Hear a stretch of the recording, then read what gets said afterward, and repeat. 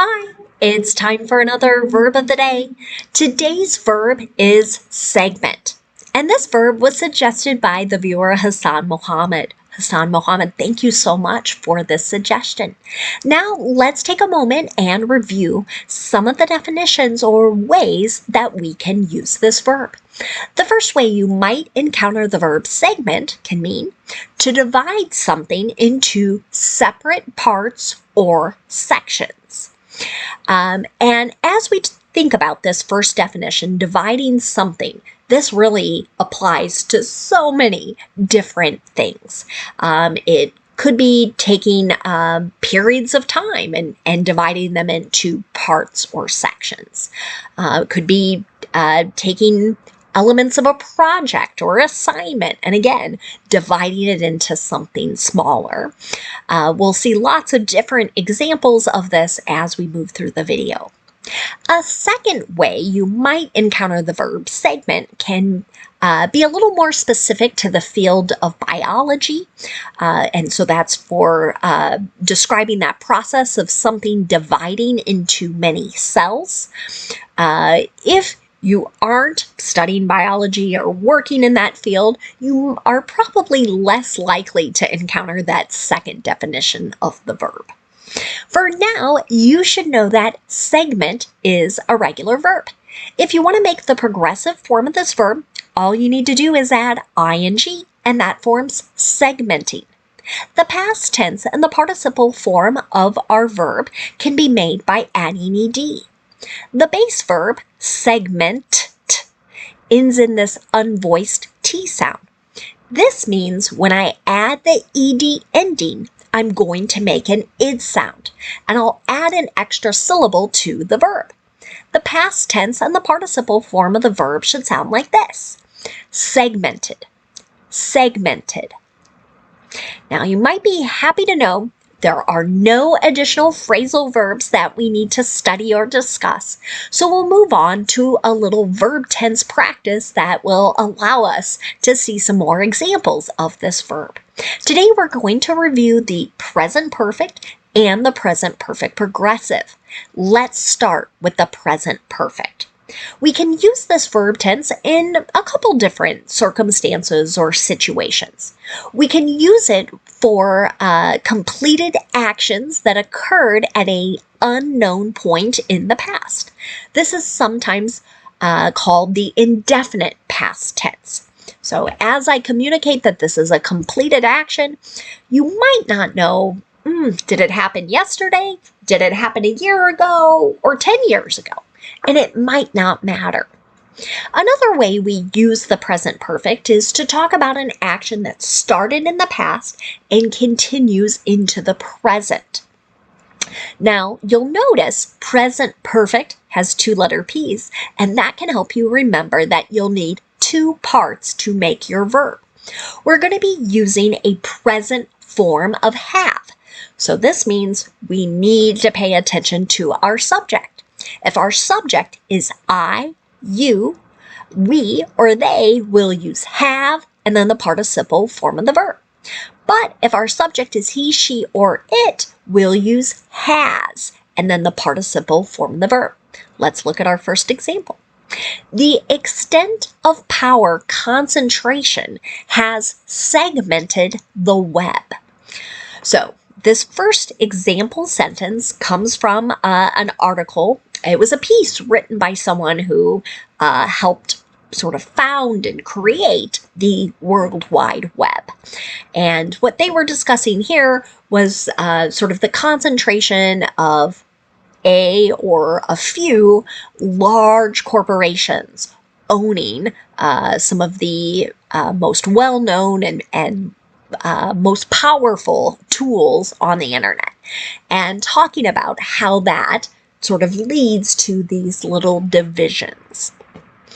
Now, let's talk about making a negative present perfect sentence. To do this, again, we pay attention to our subject.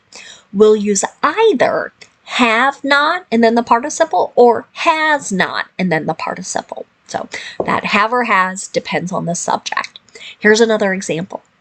They haven't segmented their work, so they feel behind and stressed.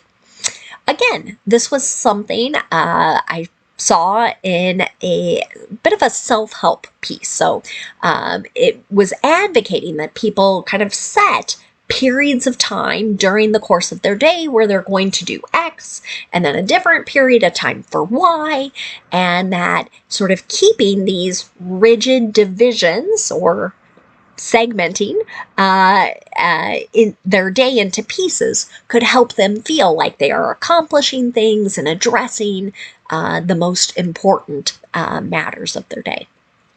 Now let's look at making a yes or no question in the present perfect. To do this, you will start with have or has, whichever form matches your subject. That subject comes next. Then use the participle or ed form of our verb. So an example of this: have you segmented the stats on this match? So this particular question really wanted people to break down or divide various statistical pieces of data in regards to tennis. So one way someone might be able to break it into parts is to break it by sets or kind of the piece of the game. So they might look at what's your serve percentage in the first set compared to the second, the third, and so forth. How many unforced errors did you have in the first, the second, and so forth. So that's what that question is asking. Now let's move on and make some sentences in the present perfect progressive. You'll note here that we have 3 letter P's, which will help us remember we need 3 parts of the verb. But let's discuss first why we have this verb tense. The purpose of this verb tense is to talk about an action that started in the past, continues into the present, and it may even continue into the future. Now, some of you might be saying, hey, wait a minute, didn't you just say that roughly that same description for the present perfect? And this is something that can be really tricky and maybe for more advanced learners of English. Many times the present perfect is used to talk about how many times an action has occurred. So kind of that repeated nature of it, while the present perfect progressive is instead focused on how long the particular action has been ongoing. So, but there are instances and there are certain verbs where you can use either form.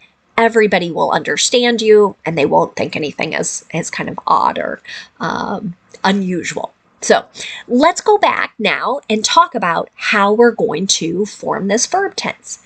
In the affirmative, we're going to start with our subject just like normal. We're also going to be using have or has. So we've got to pay attention to our subject. So same rules apply. If your subject is I, you, we, or they, use have. That's your first part.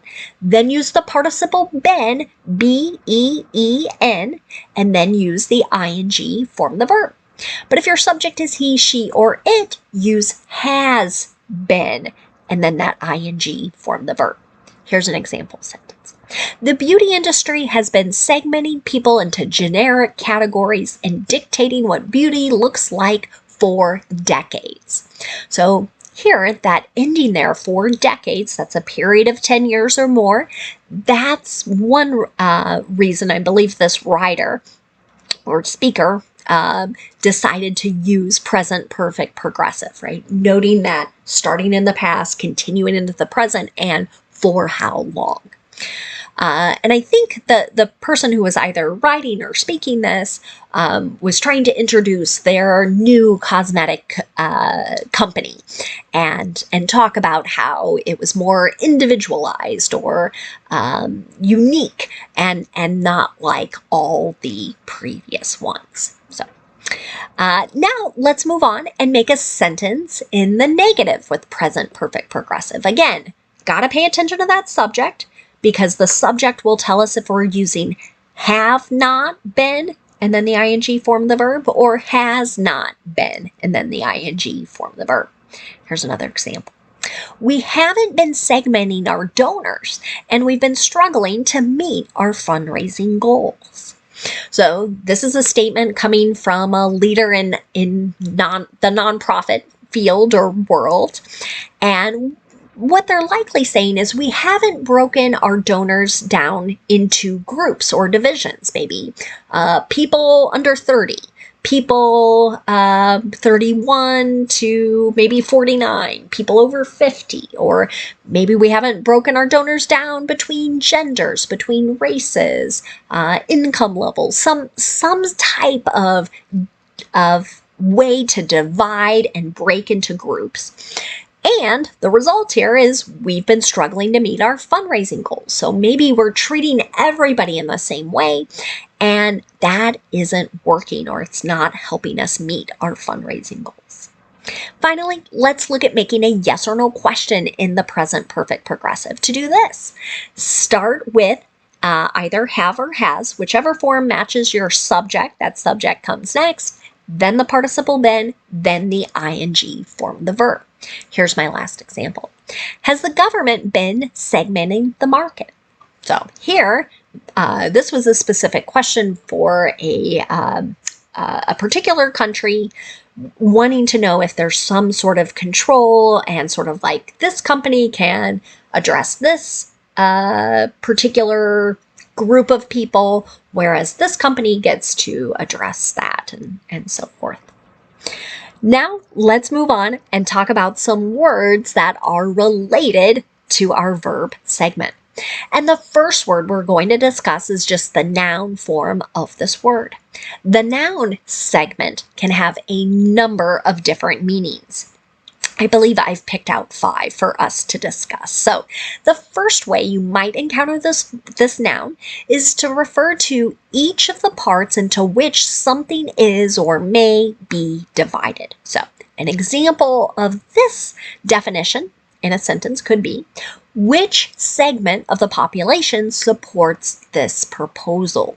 So again, the different ways we could break large groups could be based on age, gender, race, maybe religion, maybe political party, right? So any of those things could apply in this question.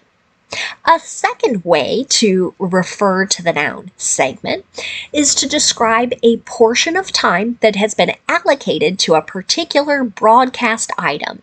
So this is most commonly used in radio or television, but I bet we're starting to hear it more in podcasts too as that form of media explodes. So an example of this noun meaning in a sentence might be, in our next segment, we'll speak with the mayor who supports this proposal. So maybe they were speaking to someone who doesn't like it, right? Thinks it's bad news. And now and frequently here in the United States, right, there would be commercial break and then another bit of interview, news, whatever the program might be.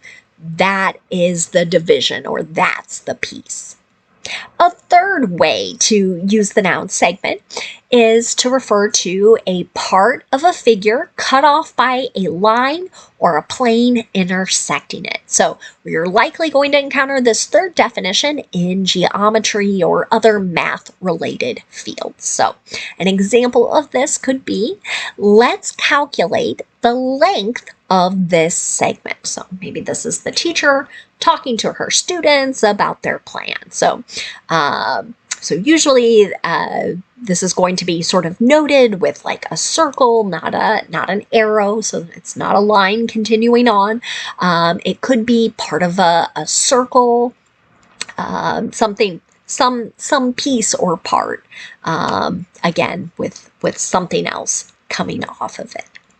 A fourth way to use the noun segment is to refer to each of this series of similar anatomical units of which the body and appendages of some animals are composed. Wow, that's a lot of words, right? So to help us better understand that, I've got a picture down at the bottom of the screen. It's going to tie to my fourth example sentence. So my fourth example says, earthworms can have 100 to 150 segments. So And I apologize. I know this can be hard, especially if you're watching on a smartphone or a very small screen, but hopefully you can see these little lines kind of dividing up the earthworm's body. So those are similar anatomical units. And again, it's in a series. It's connected. Okay. The last way you might encounter the noun segment is to refer to the smallest distinct part of a spoken utterance. So sometimes we'll hear this used more in the field of linguistics. You might encounter it if you're doing a lot of study in pronunciation, particularly of a new language. So maybe a teacher would say something like, let's pronounce each segment individually. So we're going to just take a bit of a sound, not a syllable, not an entire word, but the sort of the smallest distinct part. One more word for us to discuss today. It's the noun segmentation. This refers to the division of something into separate parts or sections. An example of this might be, we'll do some market segmentation focused on demographic and geographic factors. So this is something I believe gets discussed a fair amount in certain aspects of marketing. So looking at doing research on how will specific groups of people react to a particular product or react to particular forms of advertising. So demographics, again, could be related to age, gender, and ethnicity. Geographic factors might be based on location, right? Are they in urban areas? Are they in rural areas? What regions? So here, someone's discussing that plan to sort of divide out their research or focus their research in these different ways, hopefully to become more informed and make better decisions. Again, I want to say a special thanks to Hassan Mohammed for suggesting today's verb, and I thank you all for watching. Have a great day.